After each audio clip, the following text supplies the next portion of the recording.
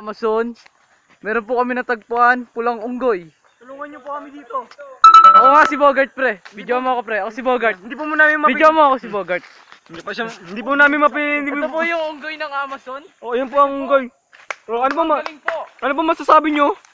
Tignan niyo po. Oh, ang galing po. Napakagaling. Napakagaling. Isa pa.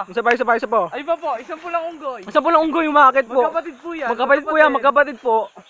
Ayan po. Ngayon po, ipapaliwanag natin sa Animal Planet Opo. kung paano Ay, sige lang.